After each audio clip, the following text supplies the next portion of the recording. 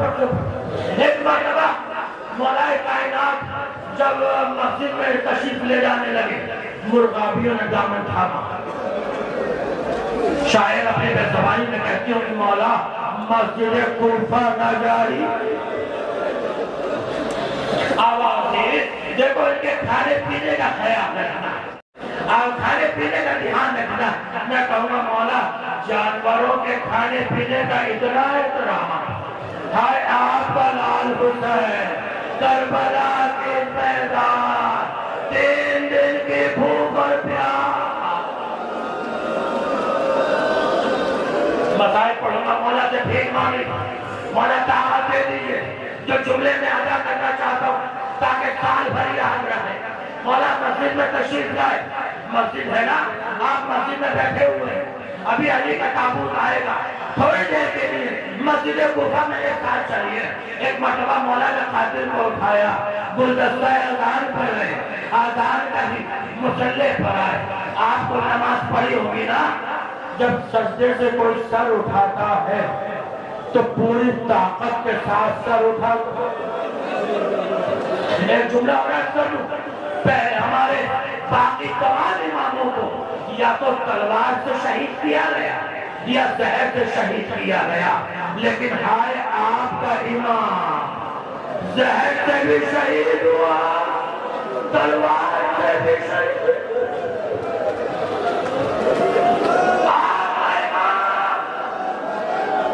سجدے کی حالت میں سر کو سجدے سے اٹھایا، ابن ملجم کے دربار آواز آئی، بسم اللہ ہے وباللہ ہے وعلی ملت رسول اللہ فزت ورب الکعبہ۔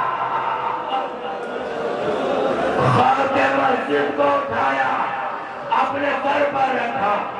مسائل پڑھوں گا، ایک مرتبہ امام حسن امام حسین آئے، اصحاب آ رہے ہیں، اب معلوم ہے آپ کو امام، آپ کے امام کو راہے میں لے کر آئے، چلا نہیں جا رہا۔ ایک مرتبہ سہارا دیتا، آئے آئے ملا سنیے، بیت الشرف جیسے قریب آیا، امام نے فرمایا بیٹا حضرت میرے اذہان سے کہہ دو یہیں سے واپس چلے جائیں۔ کہا مولا کیوں؟ کہا اس لیے کہ زینب و ام کلثوم کے رونے کی آواز۔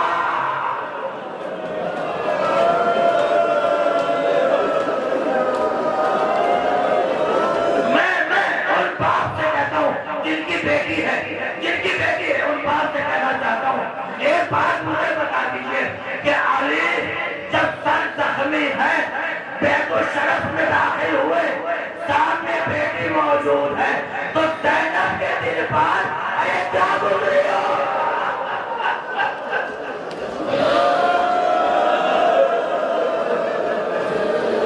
کسی بیٹی کو یہ منظر نہ دکھائے جو زینب نے اپنے باپ کو دیکھا۔ ہاں لیجیے آج کی شب آ گئی، شب 21 ماہ مبارک کے رمضان جب آئی گیا۔ ایک مرتبہ مولا آپ کے امام نے اپنے اصحاب کو پھر بلایا، کہ میرے اصحاب کو بلاؤ۔ اصحاب مولا نے وصیت کی، ایک ایک کو وصیت کرنے کے بعد مولا نے فرمایا پوچھو جو پوچھنا چاہتے ہو، لیکن کم پوچھنا، تھوڑا پوچھنا، اس لیے کہ علی اب زیادہ دیر کا مہمان نہیں ہے۔ بچے سے علی نے یہ کہا، اصحاب نے جانا چاہا، پردے کے پیچھے سے رونے کی آواز۔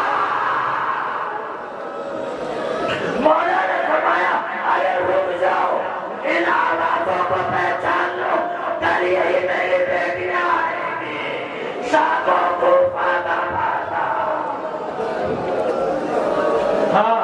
لیجیے آخری منزل تک آ گیا، جب جملہ یاد آئے روئیے گا۔ اپنے تمام بچوں کو بلایا، ہر ایک کو وصیت کی، محمد احمد کیا، امام حسن، امام حسین، مولا عباس سب بیٹھے ہوئے ہیں، سب کو جو وصیتیں کر چکے ہوئے۔ ایک مرتبہ آواز دی، بیٹا حسن میری بیٹی زینب کو بھیج دو۔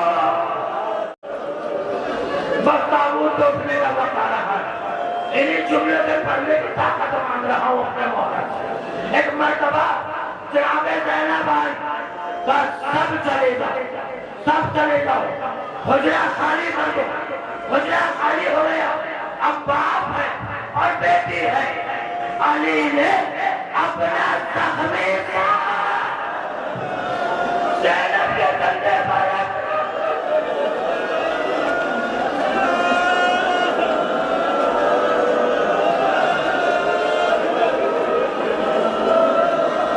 اپنا زخمی سر جناب زینب کے کندھے پر رکھا، آہستہ سے کچھ کہنا شروع کیا۔ زینب نے سر ہلانا شروع کیا، زینب نے سر ہلانا شروع کیا۔ کہا بیٹی مدینہ چھوڑنا ہوگا، راستے کی مصیبتیں اٹھانا ہوگی، کربلا جانا ہوگا۔ بیٹی سر ہلاتی جاتی ہے، علی اکبر کے سینے سے برچی کھچے گی۔ زینب نے سر ہلایا، بیٹی خیمے جلیں گے۔ بیٹی نے سر ہلایا، آواز دی، بیٹی اس سر سے چادر چھیڑے۔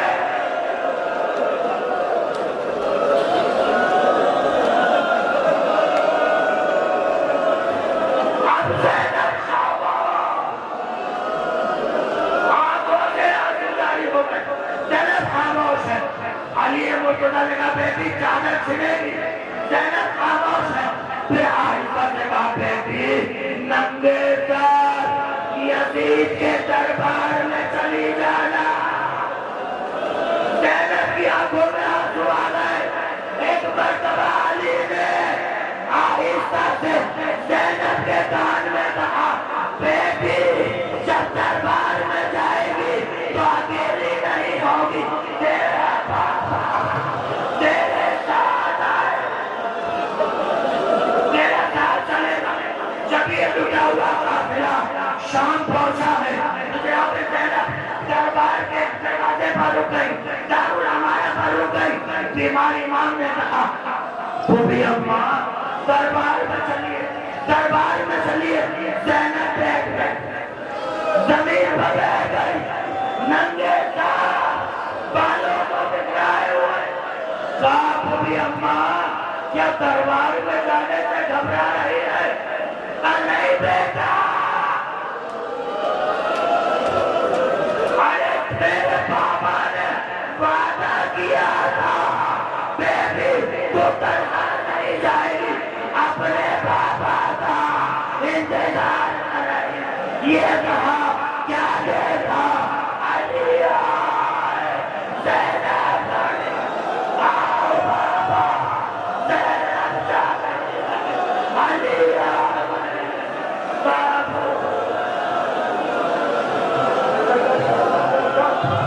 انجمن حسینیہ دیوان سادہ، انجمن حسینیہ دیوان سادہ بہت ہے۔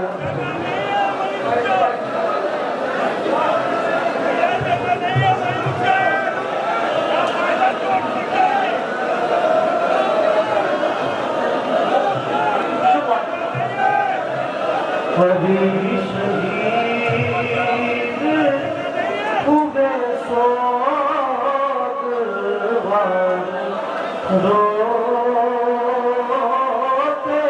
ہیں، کبھی شہید ہوئے سوگوار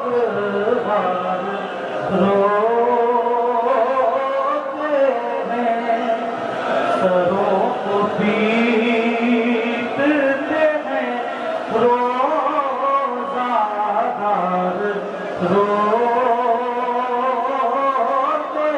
ہیں، یتیم لے چلے ہیں جو باپ کا تابوت، یتیم لے چلے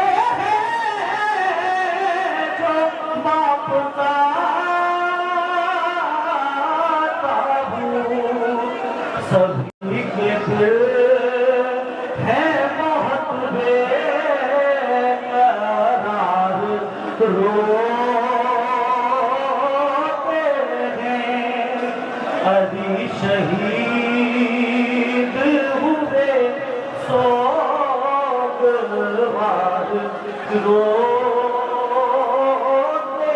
ہیں تڑپ کے بولے حسن ہائے ہم یتیم ہوئے تڑپ کے بولے حسن ہائے ہم یتیم ہوئے حسین